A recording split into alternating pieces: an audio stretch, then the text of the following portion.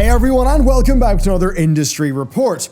Do you trust your audience not to screw you over?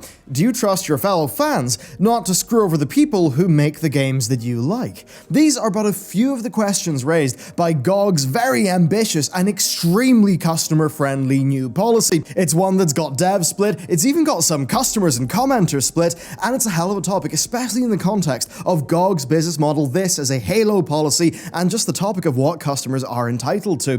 This is going to gain GOG a lot of cred, but a lot of people think, what if it makes devs and publishers squeamish, and not just the big ones? And later on in this video, you'll see a poll appear, one where we'll see what everyone thinks they will do, but much more spicily, how much we trust our fellows. It will be quite interesting indeed. Now, if you're new here, then hello, we're a narrative game studio. Hit up our mailing list and site down below for more info. We do 6 game industry news and analysis videos per week on this channel, so sub for more of that, and if you want to help us out, the like button and those comments seriously do help us out with the algorithm. And with that, let's get into the video. So GOG have announced their new refund policy. It really is a headline grabber, and marketing-wise, it's pretty clear what their overall line is. Their post begins with, "Everyone at GOG believes in a gamer's first approach," and they go on to talk about, customer satisfaction being at the core of their business, which obviously makes sense and is a good thing. Now, they've generally been good at that as a business, but this really does take it further, what they announced.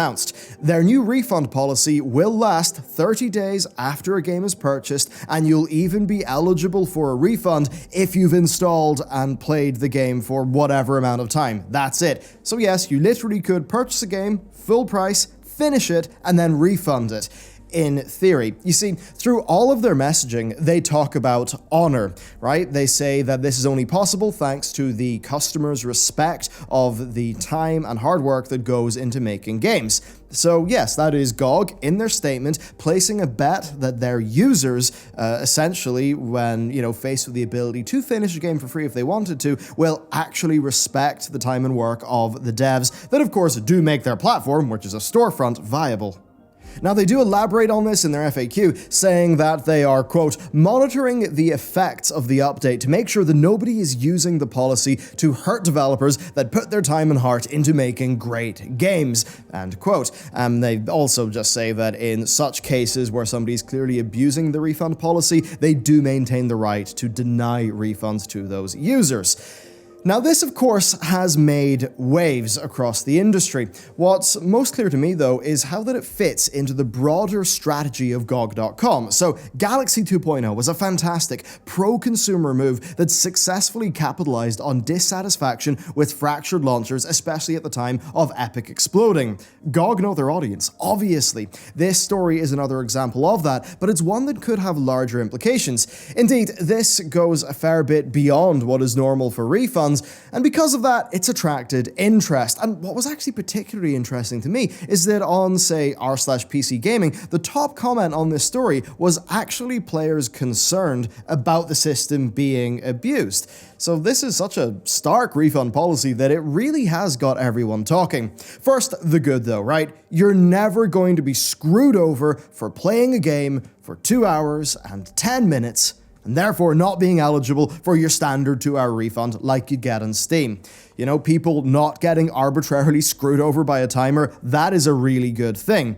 It also means that when refunds make sense, people will be able to get them. That is fair, that is good. I think that will increase customers' trust with the platform, and ideally for GOG, bring more people over to their platform. And really, GOG, they've been fighting an uphill battle against larger storefronts that are just able to throw more money around. At the end of the day, most people just buy a game wherever it's cheapest, so then you look at, say, the Epic mega sale of last year. There is no way that GOG could compete with that level of spending, so instead, they've got to compete along the lines of things like this, things that really the big incumbents can't really do. So I would say that this absolutely is a Halo policy, right, that is meant to increase positive sentiment towards the GOG experience, and I think it will somewhat work out for them. Ultimately, though, this whole story comes down to trust. Right, will there be freeloading scumbags who will buy a game, fully play it, maybe enjoy it, refund, and then rinse and repeat and just, keep on trying to do that? I mean, probably, yeah. But there's always scumbags everywhere. We can't only focus on them. You know, that is entirely different to the vast majority of Refund buyers who would say, buy No Man's Sky at launch, see it's a goddamn mess, and think, well, I should refund this. Or, for maybe GOG system, play a game for 5 hours, soldier through bugs and bugs and bugs for hours, hit a roadblock, and finally decide, that's it, this is not working as described, I'm refunding. Actually, Wilson highlights the strength of GOG's system. Many of its bugs were refund worthy, and many of them will have happened over 2 hours of playtime into the game. Now, refunds like that are of course a good thing. Customers are entitled to a product that is as described and is actually well functional. GOG are betting on that. They're betting that people actually want that and are not going to just, as GOG say themselves, abuse that system. Now, from my own perspective as a developer, one who will be selling a narrative game, the type of game that you would think is the most at risk for a system like this, well, I'd say, is the type of person who's going to buy my game, finish it, and then refund it. Is that the type of player I actually want to sell my game to? Of course it's not, right? I think that to think otherwise is to make the same mistake of counting pirated downloads as lost sales. That is something that has been done before, and I think we all know that that is just a load of bull. Somebody who pirates a game was probably never a customer that you had in the first place. And the only way to actually respond to piracy existing is really to offer customers a better service and a better product. Now, what could happen and what could make this alarming for devs is maybe just seeing an increased surge of sales followed up by more refunds. Kind of the results of this system appearing in the data but not really affecting like the baseline sales. That could be a scary thing, right? The system like this could maybe pollute some of that sales data, cause some jitteriness. Of course, the actual, the full data, we don't have that yet. It's not happened yet. I suppose if we see GOG make any amendments, then we'll sort of know what's been happening. But right now, we just don't know. Certainly in Steam, it doesn't seem like the 2-hour system was a killer. Now, all of that said, you could also see how this would enable an honor-based business model, right? You know, pay what you want, that kind of thing. Now, if a dev wants to do that, then great, go ahead. But you could see how maybe some developers would see this refund policy as opting them into an honor system against their will and impacting their business model. Now, to what degree that actually happens, that's all down to GOG's implementation of this policy. They have said that they don't want the system to be abused and that they will reject refund requests where they see a user continually use the system in bad faith, which of course, is the right thing for them to do. Now, there's another GOG-specific angle to this, and that is DRM-free, right? Because if there's no digital rights management, then yes, a user could install a game, refund it, and then just play the exe that's on their computer. That certainly is something that will give devs the creeps, and I think rightly so. I think we can all understand that fear. And again, when I was skimming through user reactions to this policy, especially in r/PC gaming, that actually kept on coming up. People being a bit worried about that and saying they'd be amazed if the policy stands. And many people, being a bit concerned about abuse. So it is an interesting situation. Ultimately, the adage goes, right, that piracy is a service problem. So if the store provides good service, customers feel safe, and the games are good, then surely it won't have a net negative impact, right? Right? Hopefully. This is where I want to hear what you think, though. There is a poll either in the linked comment, or the pinned comment, or in the little info thingy in the top right of this video. So I want to know, what would you do in this situation? And more importantly, what would you trust others to do or not do? Because it's that trust of the other that I think really is core to people's reactions to this story. So do let me know what you think, and I will go back to you with the results of that in the next roundup. Really though, I think this all comes down to one of the themes of 2019, balance. Customers will always want more protection and a better deal. Just about any rational self-advocate will want that, right? I would say mostly. If a policy is so broad that it can be abused, then yes, it could make development less financially viable, and that would mean less games would be made, which of course if you were a rational actor who wanted more good games, that could be a bad outcome for you. But I think you get the point. Broadly, customers, they just naturally are going to want a better experience, they're going to want more protections, and I think that's perfectly in their right to do so. Actually, successful economies tend to be built on trust. Trust that the game is fair, and trust that they're not going to be dicked over by something. Now, as for developers and publishers, well, they are going to want, surprise, surprise, more revenue from the work that they do. Obviously, that's what I want, right?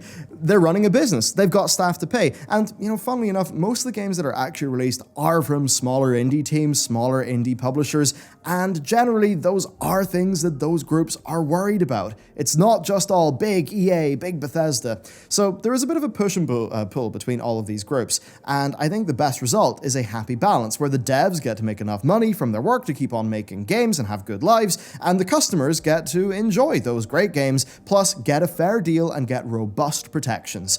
So let's see how this actually applies to the storefronts of today. Because if you look at Steam, Steam gives devs great tools, it gives devs great discoverability, and a bunch more for its 30%. And then it gives users clear reviews, refunds, and a whole bunch of other features. Now, I do think 30% is really quite high indeed for what Steam actually provides to devs, but past that sticking point, I think it is a pretty great situation.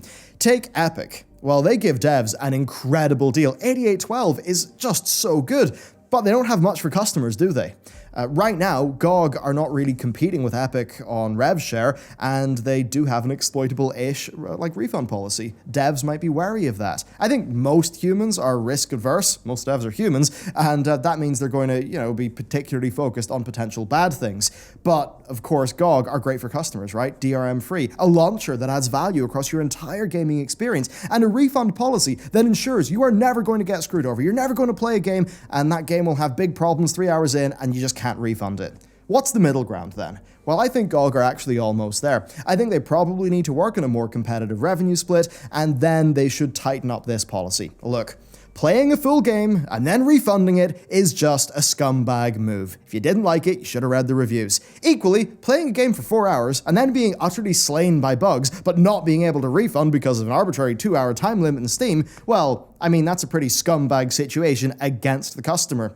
So I think GOG need to be more clear that they are targeting that latter bad situation, that it's all about giving customers those good protections so they're not screwed over by faulty software. If they can make that clear, actually shore up the worries about this system being abused, then I think this could be an incredible situation. Because yes, ultimately, I don't think that, you should be able to refund a completed game that you happen to not like. That's just not the standard in just about any other industry. Reviews exist for a reason, gameplay videos exist for a reason, and I think, that should be GOG's policy. I think if it is, and they actually enforce it like that, then this could be a really good win for everyone, right? Devs wouldn't get hit, customers wouldn't get screwed over, and customers would have this platform that gives them a really good launcher that brings all their games into one place, and also where they know that they're actually very safe, that they can put their money into that storefront and know that that's a storefront that respects them, that's not going to money grab from them, and that if they do have a problem, they will be treated seriously and they will get their due, which ultimately I think is a good thing. So